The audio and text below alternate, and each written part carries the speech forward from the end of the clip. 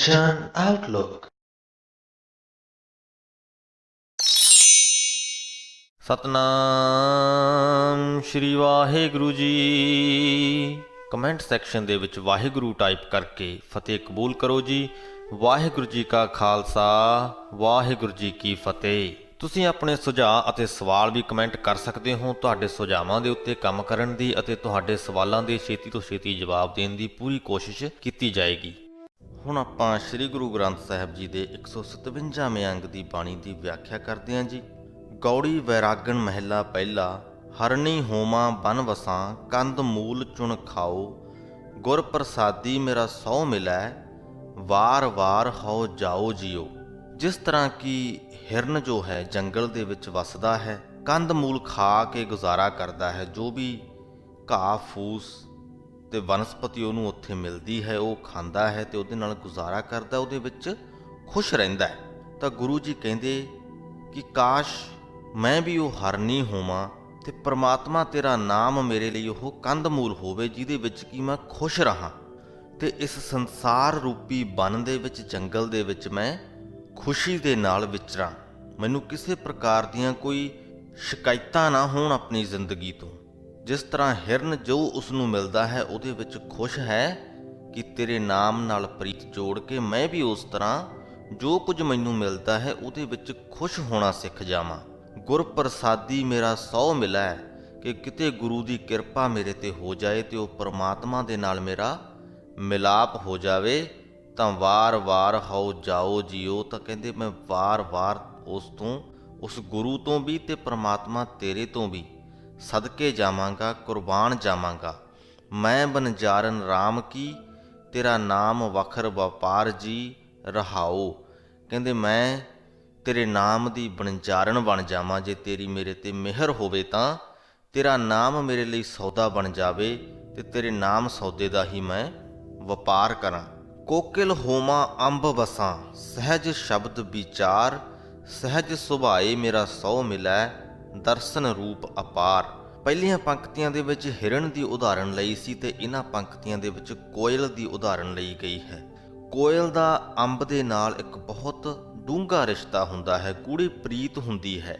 ਤਾਂ ਗੁਰੂ ਜੀ ਕਹਿੰਦੇ ਕਿ ਕਾਸ਼ ਮੇਰੇ ਉੱਤੇ ਵੀ ਉਸ ਪਰਮਾਤਮਾ ਦੀ ਮਿਹਰ ਹੋਵੇ ਤੇ ਮੇਰੀ ਉਸ ਪਰਮਾਤਮਾ ਦੇ ਨਾਲ ਉਸ ਪ੍ਰਕਾਰ ਦੀ ਗੂੜੀ ਪ੍ਰੀਤ ਬਣੇ ਜਿੱਦਾਂ ਦੀ ਕਿ ਕੋਇਲ ਦੀ ਅੰਬ ਨਾਲ ਹੁੰਦੀ ਹੈ।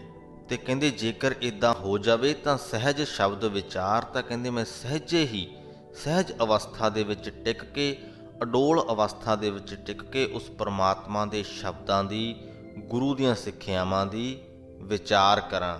ਕਿਉਂਕਿ ਸਹਿਜ ਸੁਭਾਏ ਮੇਰਾ ਸਹੁ ਮਿਲੈ, ਅਡੋਲ ਅਵਸਥਾ ਦੇ ਵਿੱਚ ਟਿਕ ਕੇ ਮੇਰਾ ਜੋ ਪਰਮਾਤਮਾ ਹੈ ਉਹ ਮਿਲਦਾ ਹੈ। ਦਰਸ਼ਨ ਰੂਪ ਅਪਾਰ। ਇੱਥੇ ਇਹਨਾਂ ਸ਼ਬਦਾਂ ਦੇ ਰਾਹੀਂ ਸਿਰਫ ਪਰਮਾਤਮਾ ਨੂੰ ਡਿਸਕ੍ਰਾਈਬ ਕੀਤਾ ਗਿਆ ਹੈ, ਬਿਆਨ ਕੀਤਾ ਗਿਆ ਹੈ ਕਿ ਉਹ ਜੋ ਪਰਮਾਤਮਾ ਹੈ ਉਹ ਬੜਾ ਦਰਸ਼ਨੀ ਹੈ, ਬੜਾ ਰੂਪਵਾਨ ਹੈ ਤੇ ਬੜਾ ਹੀ ਅਪਾਰ ਹੈ। ਅਗਲੀਆਂ ਪੰਕਤੀਆਂ ਦੇ ਵਿੱਚ ਮਛਲੀ ਦੀ ਉਦਾਹਰਣ ਲਈ ਗਈ ਹੈ। ਕਹਿੰਦੇ ਮਛਲੀ ਹੋਵਾਂ ਜਲ ਵਸਾਂ, ਜੀ ਜੰਤ ਸਭ ਸਾਰ। ਕਹਿੰਦੇ ਕਿਤੇ ਮੇਰੇ ਉੱਪਰ ਮਿਹਰ ਹੋ ਜਾਵੇ ਤਾਂ ਜਿਸ ਤਰ੍ਹਾਂ ਮਛਲੀ ਪਾਣੀ ਤੋਂ ਬਿਨਾਂ ਜਿਉਂਦੀ ਨਹੀਂ ਰਹਿ ਸਕਦੀ, ਤੇਰਾ ਨਾਮ ਮੇਰੇ ਲਈ ਉਸ ਪ੍ਰਕਾਰ ਪਾਣੀ ਬਣ ਜਾਵੇ ਕਿ ਤੇਰੇ ਨਾਮ ਤੋਂ ਬਿਨਾਂ ਮੈਂ ਜਿਉਂਦਾ ਨਾ ਰਹਿ ਸਕਾਂ। ਇੰਨੀ ਅਹਿਮੀਅਤ ਹੋ ਜਾਏ ਮੇਰੀ ਜ਼ਿੰਦਗੀ ਦੇ ਵਿੱਚ ਤੇਰੇ ਨਾਮ ਦੀ। ਤੇ ਜਿਸ ਤਰ੍ਹਾਂ ਕਿ ਜਲ ਹੈ ਜੋ ਸਾਰੀ ਦੁਨੀਆ ਦਾ ਸਹਾਰਾ ਹੈ, ਜੀ ਜੰਤ ਸਭ ਸਾਰ, ਸਾਰੇ ਜੀਵ ਜੰਤੂਆਂ ਦੀ ਸਾਰ ਹੈ, ਆਸਰਾ ਹੈ, ਉਸੇ ਪ੍ਰਕਾਰ ਹੀ ਤੇਰਾ ਨਾਮ ਵੀ ਸਾਰੇ ਜੀਵ ਜੰਤੂਆਂ ਦਾ ਆਸਰਾ ਹੈ। ਉਰਵਾਰ ਪਾਰ ਮੇਰਾ ਸਹੁ ਵਸੈ, ਹਉ ਮਿਲੋਗੀ ਬਾਹ ਪਸਾਰ।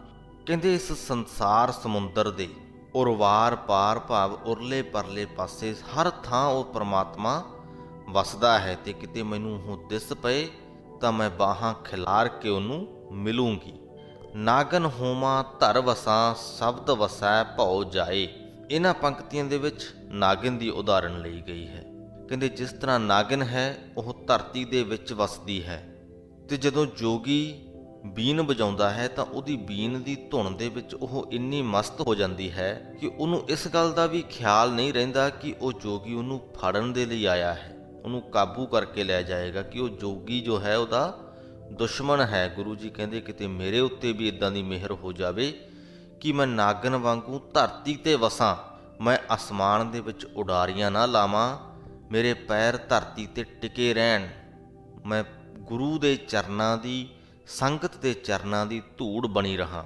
ਭਾਵ ਕਿ ਮੇਰਾ ਜੋ ਹੰਕਾਰ ਹੈ ਉਹ ਦਬਿਆ ਰਹੇ, ਮੇਰੀ ਮੈਂ ਜੋ ਹੈ ਉਹ ਦਬੀ ਰਹੇ, ਉਹ ਆਪਣਾ ਸਿਰ ਨਾ ਚੁੱਕੇ ਤੇ ਪ੍ਰਮਾਤਮਾ ਦੇ ਨਾਮ ਧੁਨ ਦੇ ਵਿੱਚ ਮੈਂ ਇੰਨਾ ਮਸਤ ਹੋ ਜਾਵਾਂ ਕਿ ਸਾਰੇ ਵੈਰ ਵਿਰੋਧ ਭੁੱਲ ਜਾਵਾਂ। ਨਾਨਕ ਸਦਾ ਸੁਹਾਗਣੀ ਜਿਨ ਜੋਤੀ ਜੋਤ ਸਮਾਏ, ਕਿ ਜਿਨ੍ਹਾਂ ਜੀਵ ਇਸਤਰੀਆਂ ਦੀ ਜੋਤ ਉਸ ਪ੍ਰਮਾਤਮਾ ਦੇ ਨਾਮ ਦੇ ਵਿੱਚ, ਉਸ ਪ੍ਰਮਾਤਮਾ ਦੇ ਚਰਨਾਂ ਦੇ ਵਿੱਚ ਜੁੜੀ ਰਹਿੰਦੀ ਹੈ, ਜਿਨ੍ਹਾਂ ਦਾ ਮਨ ਉਹਦੇ ਨਾਲ ਜੁੜਿਆ ਰਹਿੰਦਾ ਹੈ।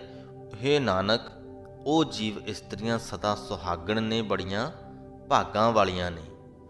ਸੋ ਇਸ ਪੂਰੇ ਸ਼ਬਦ ਦੇ ਵਿੱਚ ਜੇ ਅਸੀਂ ਦੇਖੀਏ ਤਾਂ ਕੀ ਗੱਲ ਹੋਈ ਹੈ, ਉਹ ਇਹ ਕਿ ਮੇਰੀ ਸਾਂਝ ਉਸ ਪਰਮਾਤਮਾ ਦੇ ਨਾਲ ਬਣੇ, ਉਹਦਾ ਨਾਮ ਮੇਰੀ ਜ਼ਿੰਦਗੀ ਦੇ ਵਿੱਚ ਬਹੁਤ ਵੱਡੀ ਅਹਿਮੀਅਤ ਰੱਖੇ ਤੇ ਮੇਰੀ ਮੈਂ ਦਬੀ ਰਹੇ। ਜਿੰਨਾ ਕੁਝ ਜ਼ਿੰਦਗੀ ਦੇ ਵਿੱਚ ਮੇਰੇ ਕੋਲ ਹੈ ਮੈਂ ਉਹਦੇ ਵਿੱਚ ਖੁਸ਼ ਰਹਾਂ। ਜਿੱਦਾਂ ਦੀਆਂ ਵੀ ਪਰਿਸਥਿਤੀਆਂ ਮੇਰੀ ਜ਼ਿੰਦਗੀ ਦੇ ਵਿੱਚ ਆਉਣ ਉਹਨਾਂ ਦੇ ਵਿੱਚ ਮੈਂ ਖੁਸ਼ ਰਹਾਂ। ਗੁਰੂ ਜੀ ਇਸ ਗੱਲ ਦੀ ਮੰਗ ਕਰਦੇ ਪਏ ਨੇ ਉਸ ਪਰਮਾਤਮਾ ਤੋਂ, ਤੇ ਅਸੀਂ ਕੀ ਮੰਗ ਕਰਦੇ ਹਾਂ ਕਿ ਹੇ ਪਰਮਾਤਮਾ ਮੈਨੂੰ ਫਲਾਨੀ ਨੌਕਰੀ ਦਿਵਾ ਦੇ, ਹੇ ਪ੍ਰਮਾਤਮਾ ਮੈਨੂੰ ਤਰੱਕੀ ਦਿਵਾ ਦੇ, ਹੇ ਪ੍ਰਮਾਤਮਾ ਮੇਰੀ ਕੋਈ ਲੋਟਰੀ ਨਿਕਲਵਾ ਦੇ। ਅਸੀਂ ਇਦਾਂ ਦਾ ਕੁਝ ਉਸ ਪਰਮਾਤਮਾ ਤੋਂ ਮੰਗਦੇ ਹਾਂ ਤੇ ਗੁਰੂ ਜੀ ਇਹ ਮੰਗ ਕਰਦੇ ਨੇ ਕਿ ਜਿੰਨਾ ਕੁਝ ਸਾਡੇ ਕੋਲ ਹੈ ਅਸੀਂ ਉਹਦੇ ਵਿੱਚ ਖੁਸ਼ ਰਹੀਏ। ਇਸ ਗੱਲ ਦੇ ਉੱਤੇ ਜ਼ਰੂਰ ਵਿਚਾਰ ਕਰਿਓ ਤੇ ਆਪਣੀਆਂ ਅਰਦਾਸਾਂ ਦੇ ਵਿੱਚ, ਪ੍ਰਾਰਥਨਾਵਾਂ ਦੇ ਵਿੱਚ ਤਬਦੀਲੀ ਲਿਆਉਣ ਦੀ ਕੋਸ਼ਿਸ਼ ਕਰੋ। ਉਸ ਪਰਮਾਤਮਾ ਅੱਗੇ ਹੱਥ ਅੱਡ ਕੇ ਮੰਗਣ ਦੀ ਬਜਾਏ ਉਤੋਂ ਇਹ ਸੂਝ ਮੰਗੋ ਜਿਹਦੇ ਨਾਲ ਕਿ ਅਸੀਂ ਜੋ ਸਾਡੇ ਕੋਲ ਹੈ ਉਹਦੇ ਵਿੱਚ ਹੀ ਖੁਸ਼ ਰਹਿਣਾ ਸਿੱਖ ਲਈਏ। ਅਗਲਾ ਜੋ ਸ਼ਬਦ ਹੈ ਉਹ ਸਾਨੂੰ ਕੀਰਤਨ ਸੋਹਿਲਾ ਦੀ ਬਾਣੀ ਦੇ ਵਿੱਚ ਵੀ ਪੜ੍ਹਨ ਨੂੰ ਮਿਲਦਾ ਹੈ। ਗੌੜੀ ਪੂਰਬੀ ਦੀਪਕੀ ਮਹਿਲਾ ਪਹਿਲਾ, ਇੱਕ ਓੰਕਾਰ ਸਤਿਗੁਰ ਪ੍ਰਸਾਦ। ਜੈ ਕਰ ਕੀਰਤ ਆਖੀਐ ਕਰਤੇ ਕਾ ਹੋਏ ਵਿਚਾਰੋ, ਤਿਤ ਘਰ ਗਾਵੋ ਸੋਹਿਲਾ ਸਿਵਰੋ ਸਿਰਜਨਹਾਰੋ। ਜੈ ਕਰ ਕੀਰਤ ਆਖੀਐ, ਕੀਰਤ ਤੋਂ ਭਾਵ ਸਿਫਤ ਸਲਾਹ। ਕਹਿੰਦੇ ਜਿਹੜੇ ਘਰ ਦੇ ਵਿੱਚ, ਜਿਸ ਸਤਸੰਗ ਦੇ ਵਿੱਚ ਉਸ ਪ੍ਰਮਾਤਮਾ ਦੀ ਸਿਫਤ ਸਲਾਹ ਆਖੀ ਜਾਂਦੀ ਹੈ, ਕਰਤੇ ਕਾ ਹੋਏ ਵਿਚਾਰੋ, ਉਸ ਪ੍ਰਮਾਤਮਾ ਦਾ, ਉਸ ਕਰਤੇ ਦਾ ਵਿਚਾਰ ਕੀਤਾ ਜਾਂਦਾ ਹੈ। ਤਿਤ ਘਰ ਗਾਵੋ ਸੋਹਿਲਾ, ਕਹਿੰਦੇ ਮੇਰੀਏ ਜਿੰਦੇ ਤੂੰ ਵੀ ਉੱਥੇ ਜਾ ਕੇ, ਉਸ ਘਰ ਦੇ ਵਿੱਚ ਜਾ ਕੇ, ਉਸ ਸਤਸੰਗ ਦੇ ਵਿੱਚ ਜਾ ਕੇ ਸੋਹਿਲਾ ਗਾ। ਸੋਹਿਲਾ ਤੋਂ ਭਾਵ ਹੈ ਸੁਹਾਗ ਦੇ ਗੀਤ, ਸਿਫਤ ਸਲਾਹ ਦੇ ਗੀਤ, ਕਿ ਤੂੰ ਵੀ ਉਸ ਸਤਸੰਗ ਦੇ ਵਿੱਚ ਰਲ ਕੇ ਉਸ ਪ੍ਰਮਾਤਮਾ ਦੀ ਸਿਫਤ ਸਲਾਹ ਦੇ ਗੀਤ ਗਾ ਤੇ ਸਿਵਰਹੁ ਸਿਰਜਨਹਾਰੋ, ਤੇ ਜਿਹਨੇ ਤੈਨੂੰ ਸਿਰਜਿਆ ਹੈ ਉਹਦਾ ਸਿਮਰਨ ਕਰ, ਉਹਦਾ ਧਿਆਨ ਧਰ। ਤੁਮ ਗਾਵੋ ਮੇਰੇ ਨਿਰਭਉ ਕਾ ਸੋਹਿਲਾ, ਕਿ ਮੇਰੀਏ ਜਿੰਦੇ ਤੂੰ ਮੇਰੇ ਨਿਰਭਉ ਪ੍ਰਮਾਤਮਾ ਦਾ ਸੋਹਿਲਾ ਗਾ, ਉਹਦੇ ਸਿਫਤ ਸਲਾਹ ਦੇ ਗੀਤ ਗਾ। ਹਉ ਵਾਰੀ ਜਾਓ ਜਿਤ ਸੋਹਿਲਾ ਸਦਾ ਸੁਖ ਹੋਏ, ਕਿ ਨਾਲੇ ਤੇ ਤੂੰ ਉਹ ਸੋਹਿਲਾ ਗਾ ਤੇ ਨਾਲ ਦੀ ਨਾਲ ਹੀ ਇਸ ਗੱਲ ਦਾ ਵੀ ਧਿਆਨ ਰੱਖ, ਇਹ ਆਖ ਕਿ ਉਸ ਸੋਹਿਲੇ ਤੋਂ, ਉਸ ਸਿਫਤ ਸਲਾਹ ਦੇ ਗੀਤ ਤੋਂ ਮੈਂ ਸਦਕੇ ਜਾਂਦੀ ਹਾਂ ਜਿਹਦੀ ਬਰਕਤ ਦੇ ਨਾਲ ਸਦਾ ਸੁੱਖ ਮਿਲਦਾ ਹੈ। ਸੋ ਅਸੀਂ ਉਸ ਪਰਮਾਤਮਾ ਦੀ ਸਿਫਤ ਸਲਾਹ ਕਰਨੀ ਵੀ ਹੈ ਤੇ ਉਹਦੀ ਮਹੱਤਤਾ ਨੂੰ ਵੀ ਜਾਣਨਾ ਹੈ ਕਿ ਉਹ ਸਿਫਤ ਸਲਾਹ ਜੋ ਹੈ ਬਹੁਤ ਮਹੱਤਵਪੂਰਨ ਹੈ। ਰਹਾਓ ਨਿਤ ਨਿਤ ਜੀੜੇ ਸਮਾਲਿਅਨ ਦੇਖੇਗਾ ਦੇਵਨਹਾਰ, ਕਹਿੰਦੇ ਉਹ ਪਰਮਾਤਮਾ ਜਿਹੜਾ ਨਿਤ ਨਿਤ ਹਰ ਰੋਜ਼, ਜੀੜੇ ਤੋਂ ਭਾਵ ਜੀਵ ਜੰਤ, ਸਮਾਲਿਅਨ ਤੋਂ ਭਾਵ ਸੰਭਾਲਣਾ, ਕਹਿੰਦੇ ਜਿਹੜਾ ਪ੍ਰਮਾਤਮਾ ਹਰ ਰੋਜ਼ ਅਨੇਕਾਂ ਹੀ ਬੇਅੰਤ ਹੀ ਜੀਵਾਂ ਦੀ ਸੰਭਾਲ ਕਰਦਾ ਹੈ, ਅੱਗੇ ਵੀ ਉਹੀ ਦੇਵਨਹਾਰ, ਉਹੀ ਦਾਤਾਂ ਦੇਣ ਵਾਲਾ ਪ੍ਰਮਾਤਮਾ ਦੇਖੇਗਾ, ਸੰਭਾਲ ਕਰੇਗਾ। ਇਸ ਗੱਲ ਦਾ ਖਿਆਲ ਰੱਖ। ਤੇਰੇ ਦਾਨੈ ਕੀਮਤ ਨਾ ਪਵੈ, ਤਿਸ ਦਾਤੇ ਕਵਨ ਸਮਾਰ। ਤੈਨੂੰ ਜੋ ਦਾਤਾਂ ਉਸ ਪ੍ਰਮਾਤਮਾ ਵੱਲੋਂ ਮਿਲੀਆਂ ਹੋਈਆਂ ਨੇ ਉਹਨਾਂ ਦੀ ਵੀ ਕੀਮਤ ਨਹੀਂ ਪਾਈ ਜਾ ਸਕਦੀ, ਤਾਂ ਤਿਸ ਦਾਤੇ ਕਵਨ ਸਮਾਰ, ਉਹ ਬੇਅੰਤ ਜੋ ਪ੍ਰਮਾਤਮਾ ਹੈ, ਸੁਮਾਰ ਹੈ, ਉਹਦੀ ਕੀਮਤ ਅਸੀਂ ਕਿਵੇਂ ਪਾ ਸਕਦੇ ਹਾਂ।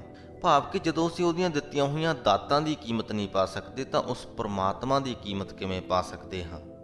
ਅਸੀਂ ਉਹਦੀਆਂ ਦਾਤਾਂ ਨੂੰ ਨਹੀਂ ਗਿਣ ਸਕਦੇ ਤਾਂ ਉਸ ਪਰਮਾਤਮਾ ਨੂੰ ਕਿਵੇਂ ਗਿਣ ਸਕਦੇ ਹਾਂ? ਉਹ ਤੇ ਬਹੁਤ ਸੁਮਾਰ ਹੈ, ਬੇਅੰਤ ਹੈ। ਸੰਬਤ ਸਾਹਾ ਲਿਖਿਆ ਮਿਲ ਕਰ ਪਾਵੋ ਤੇਲ। ਇਹਨਾਂ ਪੰਕਤੀਆਂ ਦੇ ਵਿੱਚ ਦੋ ਚੀਜ਼ਾਂ ਨੂੰ ਮਿਲਾਇਆ ਗਿਆ ਹੈ। ਇੱਕ ਤਾਂ ਹੈ ਵਿਆਹ ਤੇ ਦੂਜਾ ਹੈ ਮੌਤ। ਸੋ ਦੋਨਾਂ ਨੂੰ ਆਪਸ ਦੇ ਵਿੱਚ ਕਹਿ ਸਕਦੇ ਹਾਂ ਕਿ ਤੁਲਨਾ ਕੀਤੀ ਗਈ ਹੈ ਕਿ ਜਿਸ ਤਰ੍ਹਾਂ ਕਿ ਵਿਆਹ ਦਾ ਦਿਨ ਜੋ ਹੈ ਪਹਿਲਾਂ ਹੀ ਮਿਥਿਆ ਜਾਂਦਾ ਹੈ, ਪਹਿਲਾਂ ਹੀ ਤਰੀਕ ਸਮਾਂ ਮੁਕਰਰ ਹੁੰਦਾ ਹੈ ਕਿ ਕਿਸ ਦਿਨ ਵਿਆਹ ਹੋਣਾ ਹੈ, ਕਿਸ ਦਿਨ ਜੋ ਇਸਤਰੀ ਹੈ ਉਹਨੇ ਆਪਣਾ ਪੇਕਾ ਘਰ ਛੱਡ ਕੇ ਆਪਣੇ ਸਹੁਰੇ ਘਰ ਜਾਣਾ ਹੈ। ਇਸੇ ਗੱਲ ਦੀ ਉਦਾਹਰਣ ਲੈਂਦੇ ਹੋਏ ਗੁਰੂ ਜੀ ਨੇ ਕਿਹਾ ਹੈ ਕਿ ਉਸੇ ਪ੍ਰਕਾਰ ਹੀ ਜੋ ਮੌਤ ਹੈ ਉਹਦਾ ਦਿਨ ਵੀ ਮੁਕਰਰ ਹੈ, ਭਾਵ ਕਿ ਉਹ ਨਿਸ਼ਚਿਤ ਹੈ, ਉਹ ਮੌਤ ਹੋਣੀ ਹੀ ਹੋਣੀ ਹੈ। ਸੋ ਜਿਸ ਪ੍ਰਕਾਰ ਕਿ ਵਿਆਹ ਦੇ ਮੌਕੇ ਕੌਲਿਆਂ ਦੇ ਉੱਤੇ ਤੇਲ ਢਾਲਿਆ ਜਾਂਦਾ ਹੈ, ਜਾਂ ਈਵਨ ਕਿ ਵਿਆਹ ਤੋਂ ਪਹਿਲਾਂ ਜੋ ਵਟਣੇ ਵਗੈਰਾ ਦੀ ਰਸਮ ਹੁੰਦੀ ਸੀ, ਅੱਜ ਕੱਲ੍ਹ ਤੇ ਕੰਮ ਥੋੜ੍ਹਾ ਫਾਸਟ ਹੋ ਗਿਆ ਹੈ, ਇੱਕੇ ਦਿਨ ਦੇ ਵਿੱਚ ਹੀ ਸਾਰੀਆਂ ਅਸੀਂ ਕਿਰਿਆਵਾਂ ਨਿਬੇੜ ਲੈਂਦੇ ਹਾਂ। ਪਰ ਪੁਰਾਣੇ ਸਮਿਆਂ ਦੇ ਵਿੱਚ ਜੋ ਵਟਣੇ ਲਾਉਣ ਦੀ ਪ੍ਰਕਿਰਿਆ ਸੀ, ਸਿਰ ਦੇ ਵਿੱਚ ਤੇਲ ਪਾਉਣ ਦੀ ਪ੍ਰਕਿਰਿਆ ਸੀ, ਇਹ ਕੁਝ ਦਿਨ ਪਹਿਲਾਂ ਹੀ ਸ਼ੁਰੂ ਕੀਤੀ ਜਾਂਦੀ ਸੀ ਵਿਆਹ ਤੋਂ। ਤਾਂ ਸੰਬਤ ਸਾਹਾ ਲਿਖਿਆ ਮਿਲ ਕਰ ਪਾਵੋ ਤੇਲ, ਕਹਿੰਦੇ ਜੋ ਵਿਆਹ ਦਾ ਦਿਨ ਹੈ ਉਹ ਮੁਕਰਰ ਹੈ, ਉਸੇ ਤਰ੍ਹਾਂ ਹੀ ਕਿ ਮੌਤ ਦਾ ਦਿਨ ਜੋ ਹੈ ਉਹ ਮੁਕਰਰ ਹੈ। ਮੇਰੀ ਸਖੀਓ ਤੁਸੀਂ ਕੌਲਿਆਂ ਦੇ ਉੱਤੇ ਤੇਲ ਚੋਵੋ। ਦੇਹੋ ਸੱਜਣ ਅਸੀਸੜੀਆਂ ਜਿਉ ਹੋਵੈ ਸਾਹਿਬ ਸਿਓ ਮੇਲ, ਕਿ ਮੈਨੂੰ ਅਸੀਸੜੀਆਂ ਦਿਓ। ਜਦੋਂ ਵਿਆਹ ਹੁੰਦਾ ਹੈ ਤਾਂ ਲੜਕੀ ਨੂੰ ਅਸੀਸਾਂ ਦਿੱਤੀਆਂ ਜਾਂਦੀਆਂ ਨੇ ਕਿ ਪਤੀ ਦੇ ਘਰ ਜਾ ਕੇ ਸੁਖੀ ਵਸੇ। ਉਸੇ ਤਰ੍ਹਾਂ ਹੀ ਗੁਰੂ ਜੀ ਕਹਿੰਦੇ ਕਿ ਮੇਰੀਓ ਸਖੀਓ ਮੈਨੂੰ ਵੀ ਅਸੀਸਾਂ ਦਿਓ, ਤਾਂ ਕਿ ਮੈਂ ਆਪਣੀ ਮੌਤ ਤੋਂ ਬਾਅਦ ਉਸ ਪਰਮਾਤਮਾ ਦੇ ਨਾਲ ਮਿਲਾਪ ਹਾਸਲ ਕਰ ਸਕਾਂ। ਜਿਉ ਹੋਵੈ ਸਾਹਿਬ ਸਿਓ ਮੇਲ, ਘਰ ਘਰ ਇਹੋ ਪਹੁੰਚਾ ਸੱਦੜੇ ਨਿਤ ਪਵਨ। ਕਹਿੰਦੇ ਇਹ ਜੋ ਸੱਦਾ ਹੈ ਇਹ ਹਰ ਘਰ ਪਹੁੰਚਦਾ ਹੈ ਤੇ ਨਿਤ ਨਿਤ ਪਹੁੰਚਦਾ ਰਹਿੰਦਾ ਹੈ। ਕਦੇ ਕਿਸੇ ਘਰ ਕਦੇ ਕਿਸੇ ਘਰ ਇਹ ਸੱਦੇ ਪੈਂਦੇ ਰਹਿੰਦੇ ਹਨ। ਇੱਥੇ ਵੀ ਅਸੀਂ ਦੋਨੇ ਚੀਜ਼ਾਂ ਨੂੰ ਹੀ ਦੇਖ ਸਕਦੇ ਹਾਂ ਕਿ ਵਿਆਹ ਵੀ ਹੁੰਦੇ ਹੀ ਰਹਿੰਦੇ ਹਨ ਤੇ ਮੌਤਾਂ ਵੀ ਹੁੰਦੀਆਂ ਹੀ ਰਹਿੰਦੀਆਂ ਹਨ। ਸੱਦਣਹਾਰਾ ਸਿਮਰਿਐ ਨਾਨਕ ਸੇ ਦੇਹ ਆਵਨ। ਕਹਿੰਦੇ ਉਹ ਸੱਦਣਹਾਰਾ ਜੋ ਸਾਨੂੰ ਬੁਲਾਉਂਦਾ ਹੈ, ਜਦੋਂ ਸਾਡਾ ਸਮਾਂ ਸਮਾਪਤ ਹੋ ਜਾਂਦਾ ਹੈ ਸਾਨੂੰ ਬੁਲਾ ਲੈਂਦਾ ਹੈ, ਉਸ ਸੱਦਣਹਾਰੇ ਨੂੰ ਸਿਮਰਨਾ ਚਾਹੀਦਾ ਹੈ। ਹੇ ਨਾਨਕ ਸਾਡੇ ਵੀ ਉਹ ਦਿਨ ਨਜ਼ਦੀਕ ਆ ਰਹੇ ਹਨ, ਜੋ ਉਮਰ ਹੈ ਉਹ ਘੜੀ ਦੇ ਟਿਕ ਟਿਕ ਦੇ ਨਾਲ ਹੀ ਘਟਦੀ ਜਾ ਰਹੀ ਹੈ। ਸੋ ਇਸ ਪੂਰੇ ਸ਼ਬਦ ਦੇ ਵਿੱਚ ਵਿਆਹ ਤੇ ਮੌਤ ਦੀਆਂ ਪ੍ਰਕਿਰਿਆਵਾਂ ਦੇ ਵਿੱਚ ਇੱਕ ਤੁਲਨਾ ਕੀਤੀ ਗਈ ਹੈ, ਤੁਲਨਾਤਮਕ ਤਸਵੀਰ ਪੇਸ਼ ਕੀਤੀ ਗਈ ਹੈ ਕਿ ਜਿਸ ਤਰ੍ਹਾਂ ਵਿਆਹ ਦਾ ਦਿਨ ਮੁਕਰਰ ਕੀਤਾ ਜਾਂਦਾ ਹੈ ਉਸੇ ਤਰ੍ਹਾਂ ਹੀ ਮੌਤ ਦਾ ਵੀ ਦਿਨ ਮੁਕਰਰ ਹੈ।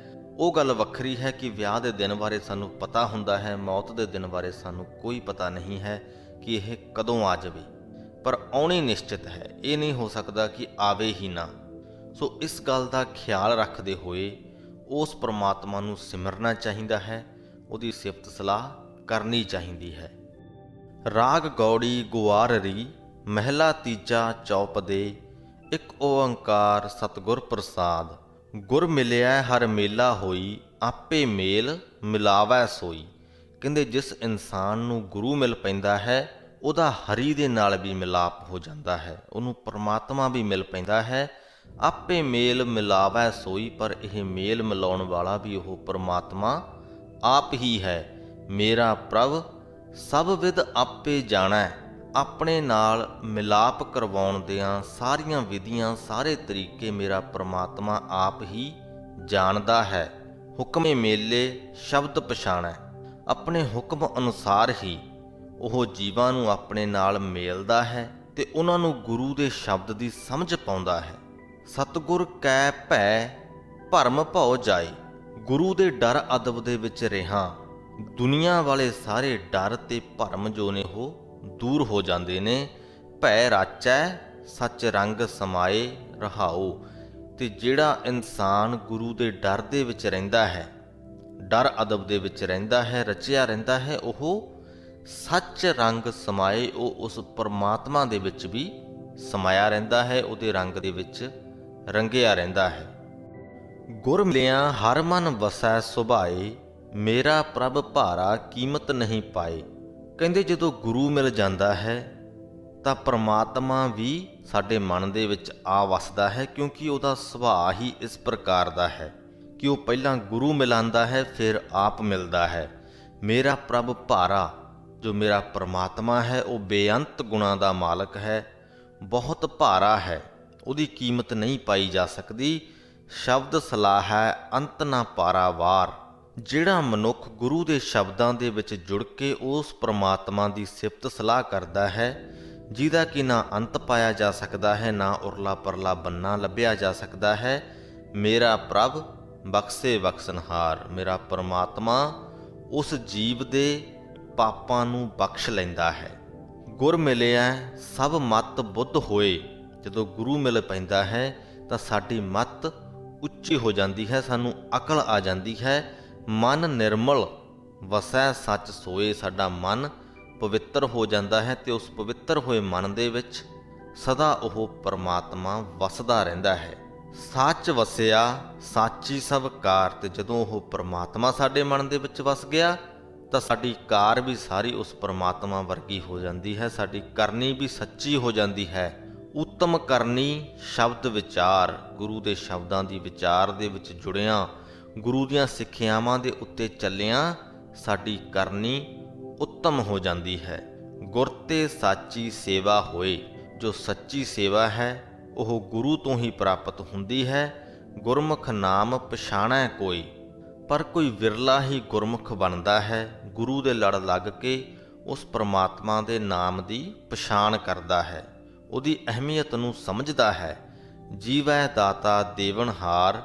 ਕਿਸੇ ਵਿਰਲੇ ਗੁਰਮੁਖ ਨੂੰ ਹੀ ਇਸ ਗੱਲ ਦਾ ਨਿਸ਼ਚਾ ਹੁੰਦਾ ਹੈ ਕਿ ਉਹ ਪ੍ਰਮਾਤਮਾ ਜੋ ਹੈ ਉਹ ਦੇਵਨਹਾਰ ਹੈ, ਸਾਰੇ ਹੀ ਜੀਵਾਂ ਨੂੰ ਦਾਤਾਂ ਦੇਣ ਵਾਲਾ ਹੈ। ਨਾਨਕ ਹਰ ਨਾਮੇ ਲੱਗੈ ਪਿਆਰ। ਹੇ ਨਾਨਕ, ਇਹ ਅਰਜ਼ੋਈ ਕਰ, ਉਸ ਪ੍ਰਮਾਤਮਾ ਅੱਗੇ ਬੇਨਤੀ ਕਰ ਕਿ ਤੇਰਾ ਪਿਆਰ ਵੀ ਉਸ ਪ੍ਰਮਾਤਮਾ ਦੇ ਨਾਲ, ਉਹਦੇ ਨਾਮ ਦੇ ਨਾਲ ਪੈ ਜਾਵੇ। ਸੋ ਇਸ ਸ਼ਬਦ ਦੇ ਰਾਹੀਂ ਗੁਰੂ ਜੀ ਨੇ ਗੁਰੂ ਮਿਲਾਪ ਤੇ ਪ੍ਰਮਾਤਮਾ ਦੇ ਮਿਲਾਪ ਦੀ ਗੱਲ ਕੀਤੀ ਹੈ ਕਿ ਕਿਵੇਂ ਉਹ ਦੋਨੇ ਇੱਕ ਦੂਜੇ ਦੇ ਨਾਲ ਜੁੜੇ ਹੋਏ ਨੇ। ਜਦੋਂ ਗੁਰੂ ਮਿਲ ਪੈਂਦਾ ਹੈ ਤਾਂ ਪ੍ਰਮਾਤਮਾ ਵੀ ਮਿਲ ਪੈਂਦਾ ਹੈ, ਪਰ ਜੋ ਗੁਰੂ ਮਿਲਾਪ ਹੈ ਉਹ ਵੀ ਉਸ ਪ੍ਰਮਾਤਮਾ ਦੇ ਹੁਕਮ ਅਨੁਸਾਰ ਹੀ ਹੁੰਦਾ ਹੈ। ਸੋ ਇਸ ਦੇ ਨਾਲ ਹੀ ਸ੍ਰੀ ਗੁਰੂ ਗ੍ਰੰਥ ਸਾਹਿਬ ਜੀ ਦੇ 157ਵੇਂ ਅੰਗ ਦੀ ਬਾਣੀ ਦੀ ਵਿਆਖਿਆ ਦੀ ਸਮਾਪਤੀ ਹੁੰਦੀ ਹੈ ਜੀ। ਅੱਜ ਦੇ ਅੰਗ ਦੀ ਬਾਣੀ ਤੋਂ ਸਾਨੂੰ ਜੋ ਕੁਝ ਵੀ ਸਾਡੇ ਕੋਲ ਹੈ ਉਹਦੇ ਵਿੱਚ ਖੁਸ਼ ਰਹਿਣ ਦੀ ਸਿੱਖਿਆ ਮਿਲੀ ਹੈ। ਮੌਤ ਦੀ ਨਿਸ਼ਚਿਤਤਾ ਬਾਰੇ ਗੱਲ ਹੋਈ ਹੈ ਕਿ ਮੌਤ ਜੋ ਹੈ ਉਹ ਨਿਸ਼ਚਿਤ ਹੈ। ਹਰ ਰੋਜ਼ ਸਾਡੀ ਜ਼ਿੰਦਗੀ ਘਟਦੀ ਜਾ ਰਹੀ ਹੈ, ਕਿਸ ਦਿਨ ਇਹਨੇ ਮੁੱਕ ਜਾਣਾ ਹੈ ਕੋਈ ਪਤਾ ਨਹੀਂ। ਇਸ ਲਈ ਜ਼ਿੰਦਗੀ ਨੂੰ ਮੰਨਣਾ ਸਿੱਖੀਏ। ਜੋ ਦੂਜਾ ਸ਼ਬਦ ਅਸੀਂ ਕੀਤਾ ਹੈ ਜਿਹਦੇ ਵਿੱਚ ਕਿ ਮੌਤ ਦੀ ਗੱਲ ਹੋਈ ਹੈ, ਉਹ ਪਹਿਲੇ ਸ਼ਬਦ ਦੇ ਵਿੱਚ ਪੂਰੀ ਤਰ੍ਹਾਂ ਦੇ ਨਾਲ ਰਚਦਾ ਹੈ, ਕਿਉਂਕਿ ਪਹਿਲੇ ਸ਼ਬਦ ਦੇ ਵਿੱਚ ਸਾਨੂੰ ਇਹ ਸਿਖਾਇਆ ਗਿਆ ਹੈ ਕਿ ਜੋ ਕੁਝ ਹੈ ਉਹਦੇ ਵਿੱਚ ਖੁਸ਼ ਰਹਿਣਾ ਸਿੱਖੀਏ, ਜ਼ਿੰਦਗੀ ਨੂੰ ਮੰਨਣਾ ਸਿੱਖੀਏ। ਜਿਸ ਤਰ੍ਹਾਂ ਕਿ ਹਿਰਨ ਜੰਗਲਾਂ ਦੇ ਵਿੱਚ ਪੂਰਾ ਆਨੰਦ ਮਾਣਦਾ ਹੈ, ਜਿਸ ਤਰ੍ਹਾਂ ਕਿ ਮਛਲੀ ਪਾਣੀ ਦੇ ਵਿੱਚ ਆਨੰਦ ਮਾਣਦੀ ਹੈ, ਸਪਨੀ ਬੀਣ ਦੀ ਧੁਨ ਦੇ ਉੱਤੇ ਮਸਤ ਰਹਿੰਦੀ ਹੈ, ਉਸੇ ਤਰ੍ਹਾਂ ਹੀ ਜੋ ਕੁਝ ਵੀ ਸਾਡੇ ਕੋਲ ਹੈ ਉਹਦੇ ਵਿੱਚ ਅਸੀਂ ਖੁਸ਼ ਰਹਿਣਾ ਸਿੱਖੀਏ, ਆਪਦੀ ਜ਼ਿੰਦਗੀ ਨੂੰ ਮੰਨਣਾ ਸਿੱਖੀਏ, ਕਿਉਂਕਿ ਇਸ ਜ਼ਿੰਦਗੀ ਨੇ ਕਦ ਖਤਮ ਹੋ ਜਾਣਾ ਕੋਈ ਪਤਾ ਨਹੀਂ। ਤੇ ਤੀਸਰੇ ਸ਼ਬਦ ਦੇ ਵਿੱਚ ਗੁਰੂ ਮਿਲਾਪ ਤੇ ਪ੍ਰਮਾਤਮਾ ਦੇ ਮਿਲਾਪ ਦੀ ਗੱਲ ਹੋਈ ਹੈ। ਉਮੀਦ ਕਰਦੇ ਹਾਂ ਕਿ ਅੱਜ ਦੀ ਇਹ ਜੋ ਬਾਣੀ ਹੈ ਤੇ ਵਿਆਖਿਆ ਸਾਰਾ ਕੁਝ ਹੀ ਤੁਹਾਨੂੰ ਬੜਾ ਚੰਗਾ ਲੱਗਿਆ ਹੋਵੇਗਾ। ਵੀਡੀਓ ਨੂੰ ਅੱਗੇ ਜ਼ਰੂਰ ਸ਼ੇਅਰ ਕਰ ਦਿਓ ਤੇ ਆਪਣੇ ਸੁਝਾਅ ਜਾਂ ਸਵਾਲ ਵੀ ਜ਼ਰੂਰ ਤੁਸੀਂ ਕਮੈਂਟ ਕਰ ਸਕਦੇ ਹੋ। ਇੱਥੇ ਹੀ ਫਤਿਹ ਕਬੂਲ ਕਰੋ ਜੀ। ਵਾਹਿਗੁਰੂ ਜੀ ਕਾ ਖਾਲਸਾ, ਵਾਹਿਗੁਰੂ ਜੀ ਕੀ ਫਤਿਹ।